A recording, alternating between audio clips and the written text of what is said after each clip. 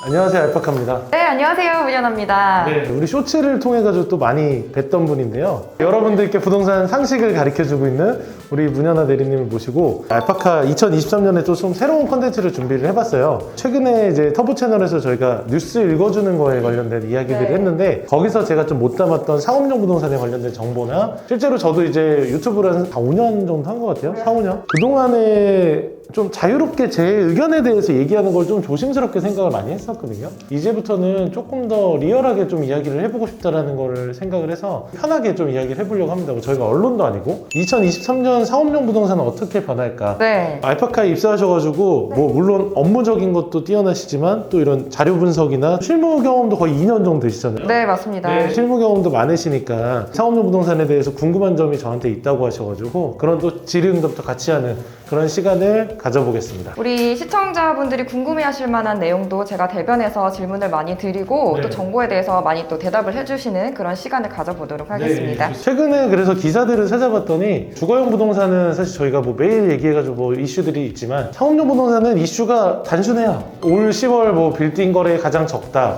13년 만에 가장 적다. 거의 임원 사태 정도 수준으로 거래량이 줄었다라는 이야기인데 사실 거래량이 줄면 가장 힘든 사람이 누구죠? 저희가 제일 힘들지 않을까요? 부동산을 업으로 하는 분들이 사실 가장 힘든 상황이죠. 그래서 실제로 뭐 부동산 업계 자체에서도 매출도 굉장히 줄었고 계약 자체가 많이 줄었다 보니까 근 몇 년 동안 일하는 사람들이 굉장히 많이 늘어났었어요. 실제로 내가 건물을 갖고 있으면 전화들이 굉장히 많이 오는데 그 전화량이 엄청 늘었다고 해요. 예를 들어가지고 모 건물에는 이제 제 전화번호가 붙어 있는 경우가 있거든요.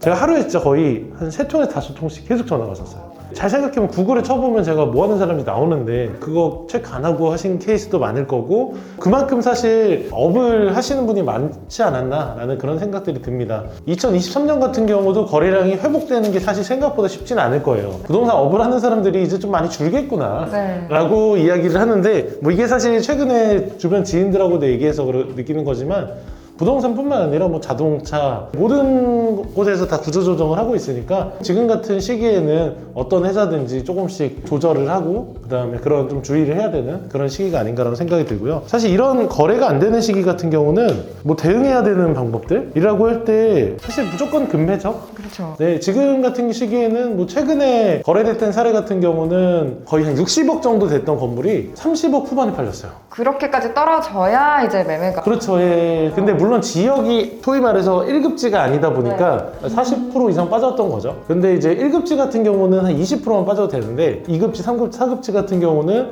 하락폭이 조금 더 많아야지. 아파트랑 상업용 부동산은 다른 게 아파트 같은 경우는 실제로 거래됐던 금액이 있고 호가가 있는데 그 편차가 크지 않아요. 네. 호가들 사이에서도 편차가 크지 않아요.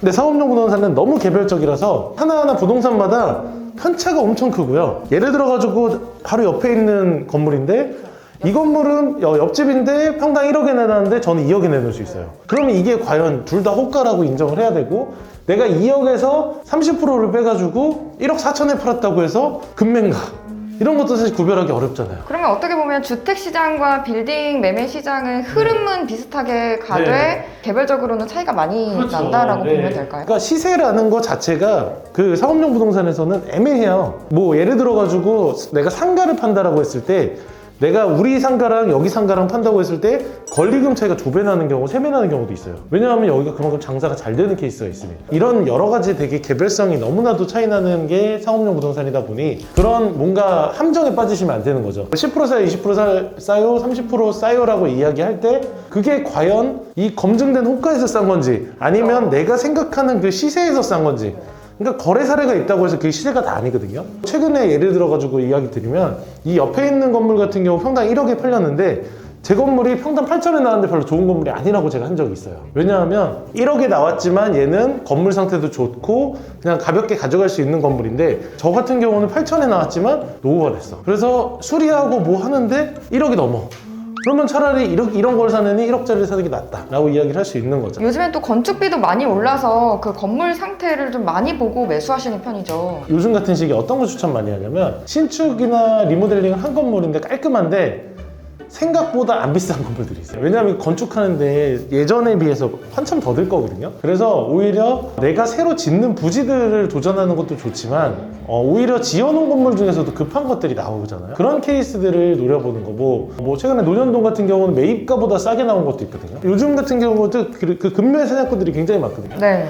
금매 잡으려고 막 엄청 막 사활을 거는 분들이 굉장히 많은데 그 금매에 대한 기준 자체가 정말 명확하게 잘 봐야 된다는 거죠. 그 상업용 부동산의 개별성이라는 포인트를 잘 캐치를 해서 또 그리고 나만의 기준에 대해서 공부를 많이 하면 주거용 부동산 같은 경우는 거의 다 드러나잖아요. 좋다 나쁘다가 다 드러나고 비싸다 싸다가 어떻게 보면 조금 더 객관적으로 드러나는 게 주거용 부동산인데 상업용 부동산 같은 경우는 굉장히 주관적인 자산이기 때문에 이런 시기에 저는 꼭 공부를 많이 했으면 좋겠고 지금 같은 시기에 공부를 많이 해놓으면 정말 주관적으로 판단하기 때문에 주관적으로 내가 좋은 건물을 잘 판단해서 정말 시세차 보기 좋거든요.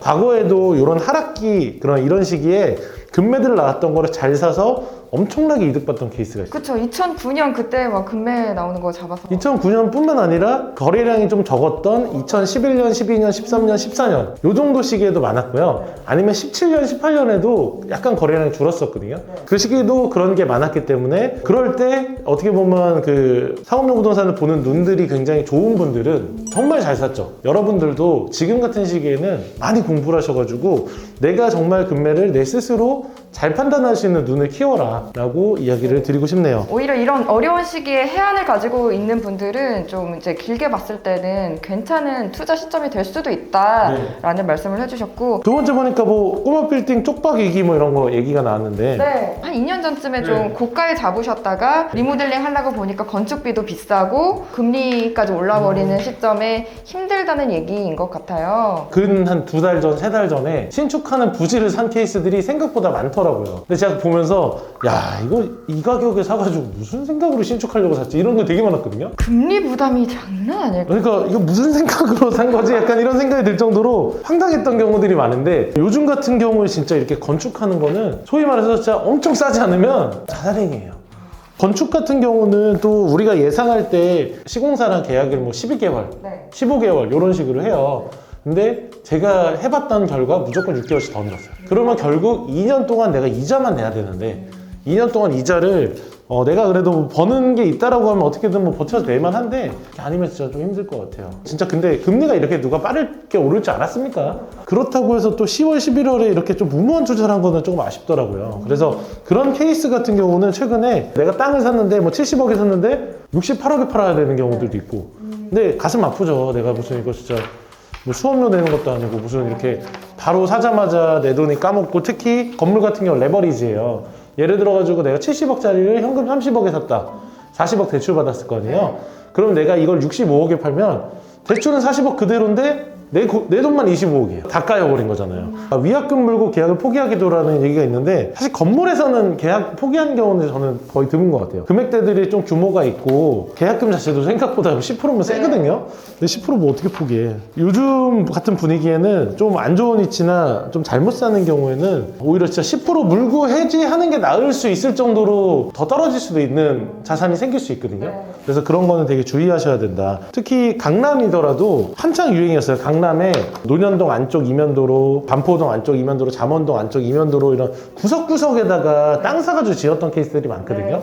저는 그거 진짜 쉽지 않을 것 같거든요. 이거 좀 잘 빠져나와야 되지 않나. 저는 2023년에 설날까지 제가 참 고민을 많이 하고 있는데 고민을 하고 결론을 내리려고 하는 게 뭐냐면 저는 생각보다 싸게 팔 거예요. 그렇게 생각보다 싸게 팔고 차라리 그 돈을 가지고 기회를 잡을 것 같아요. 그러니까 요즘에 분명히 기회들이 저는 되게 많이 생길 것 같은 게 팔만한 것들이 많이 보여요. 이게 부동산뿐만 아니라 다른 것도 다른 자산들 자체가 되게 싸졌어요. 오히려 매각을 내가 해야 되고 어차피 2년 안에 생각보다 내가 원하는 가격대로 좋게 팔리기가 어려울 거라는 생각은 좀 들거든요. 그렇다라고 했을 때 저는 조금 더 적극적으로 가격 다운을 해서 팔아보는 것도 그리고 돈 들고 있으면 기회는 오니까 저는 그것도 한번 권유를 해드린다. 그리고 저도 그렇게 실행하려고 한다 라고 이야기를 드리고 싶네요.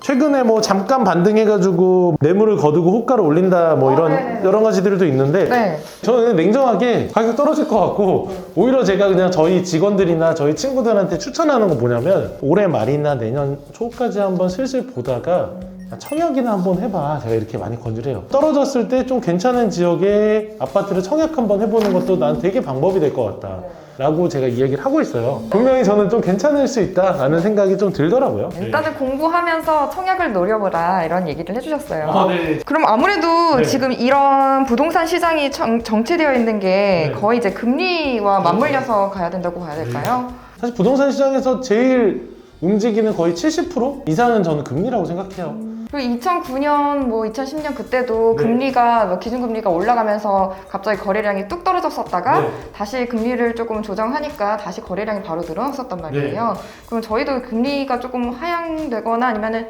정책이라도 오게 네. 되면 바로 반응이 나타날까요? 아니면 조금 더 길어질 수도 있겠다는 생각하세요? 고금리는 어느 정도 유지는 될 것 같은데 또 몰라요 이거는. 왜냐하면 코로나가 우리가 터질 줄 알았습니까?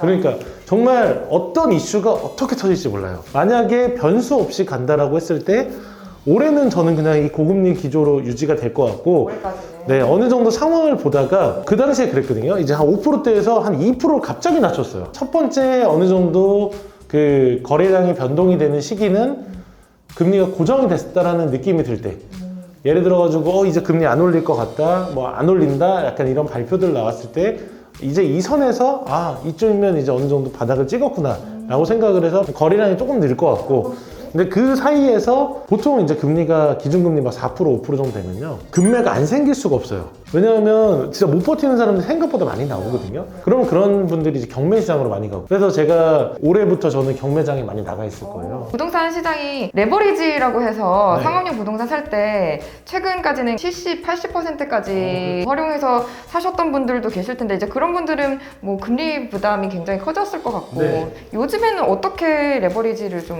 쓰시면서 거래를 하시나요? 요즘에도 제가 이제 주변에나 이렇게 다른 사람들하고 이야기를 하면 생각보다 레버리지를 많이 보는 사람들이 있어요. 물론 5% 6%가 되게 비싸다라고 누구한테 느낄 수 있겠지만 안 비싸다라고 느끼는 사람들이 있더라고요. 예를 들어서 약간 그런 생각이 있어. 100억짜리 건물을 지금 80억에 팔아야 돼. 그러면 제가 20억을 손해보는 거잖아요.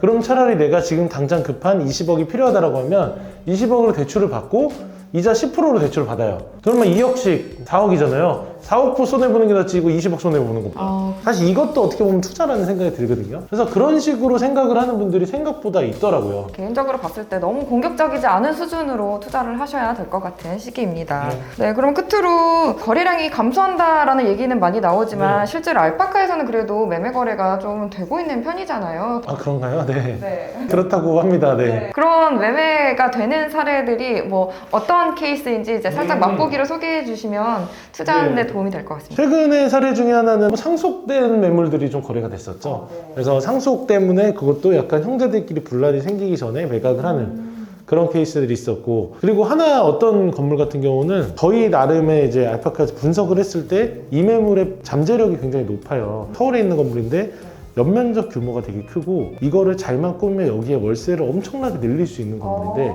매가 대비 연면적이 되게 좋더라고요. 그래서 이거는 무조건 잘만 꾸며가지고 연면적에다가 큰 수익을 내면 현재 2천만 원 월세 받던 거를 5천만 원으로 늘릴 수 있다. 약간 이런 거를 분석을 해보니까 나오더라고요. 그래서 거래가 된 케이스가 있어요. 그러니까 이런 것도 공부한 사람들이 이해를 하지 공부 안 한 사람들이 이해할 수가 없거든. 법인회사에서 정말 자기네 안테나샵 플래그샵을 하고 싶어서 나 건물 상태도 괜찮아서 그냥 깔끔하게 꾸며서 플래그샵을 쓰기 너무 좋은 건물이 있어서 그 건물도 거래가 됐고, 오히려 그 건물이 거래가 되면서 그쪽 시세가 더 올랐죠. 아무튼 요즘에는 그냥 단순하게 투자하는 사람들이나 특히 작년에 진짜 많았던 케이스가 돈 모아가지고 펀드 하는 분들이 많았어요. 땅 사가지고 펀드에서 이렇게 한다라는 케이스들이 많았는데 제가 진짜 잘 되는 케이스도 있고 완전 어려운 케이스가 있어요. 예를 들어서 펀드 때문에 내가 고민이 된다, 내가 이 펀드를 해도 되는지 안 되는지 고민이 된다라고 생각하는 분들이 있으면 또 회사로 문의해 주시면 제가 그거에 대해서 의견을 드리거나, 제가 직접 전화를 못 드리더라도 저희 회사에다가 뭐 이메일 같은 걸 주시면 의견서 같은 경우는 제가 간단하게 좀 드릴 수 있을 것 같아요. 아래 이메일 주소로 보내주시면 저희가 뭐 그런 저희 그냥 개인적인 굉장히 소탈한 의견들을 드려보도록 하겠습니다. 새해 복 많이 받으시고 네. 또 재밌는 컨텐츠로 돌아오겠습니다. 네. 안녕. 화이팅!